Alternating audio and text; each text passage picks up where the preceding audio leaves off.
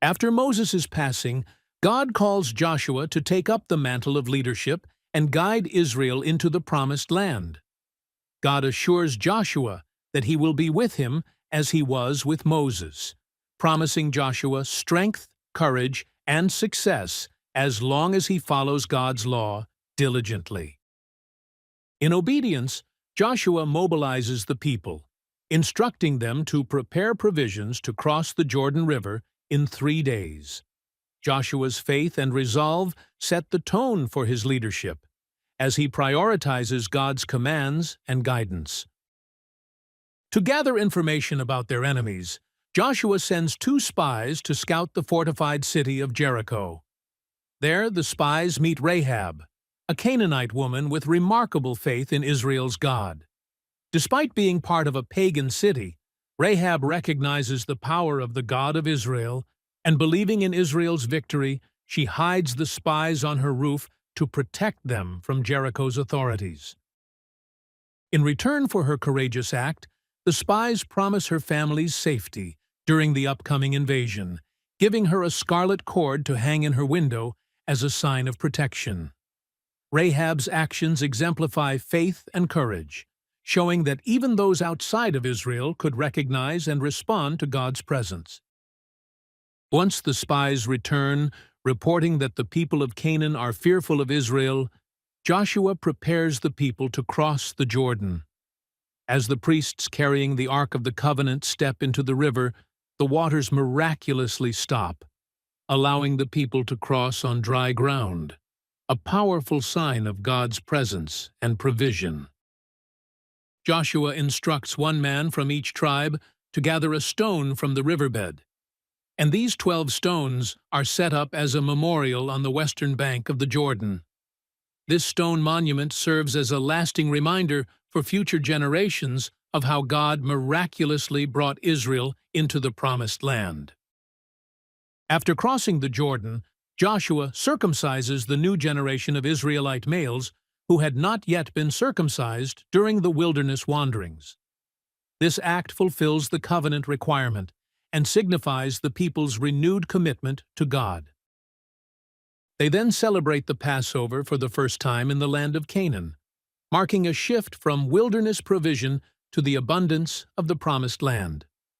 With this celebration, manna ceases, and they begin to eat from the produce of the land. This transition marks a new chapter in Israel's journey, showcasing God's provision in a new form as they prepare to take possession of Canaan. As Joshua approaches Jericho, he encounters a mysterious man with a drawn sword who reveals himself as the commander of the Lord's army. Joshua reverently falls to the ground and removes his sandals, recognizing that he is on holy ground. This encounter strengthens Joshua's faith, reminding him that God's presence and heavenly forces are with Israel as they begin their conquest of Canaan. Through this divine meeting, Joshua understands that his leadership and victory depend on God's authority and presence. These foundational moments reveal God's faithfulness to his promises and highlight Joshua's development as a leader. Israel's obedience, Joshua's commitment, and God's unmistakable presence provide a foundation of faith that prepares the people for the challenges ahead. Applications. Trust in God's presence. Just as God assured Joshua of his presence, we can trust that God is with us in our endeavors. His promises to be with us give us strength and courage, especially when facing difficult or unfamiliar situations. Obey God's word diligently. Joshua's success was tied to his adherence to God's law. Likewise, we should prioritize obedience to God's teachings, which guide us to live righteously and find true success in His eyes. Memorialize God's faithfulness. The 12 stones served as a tangible reminder of God's miracle at the Jordan River. We can create our own memorials by remembering and sharing the ways God has worked in our lives, strengthening our faith and the faith of others.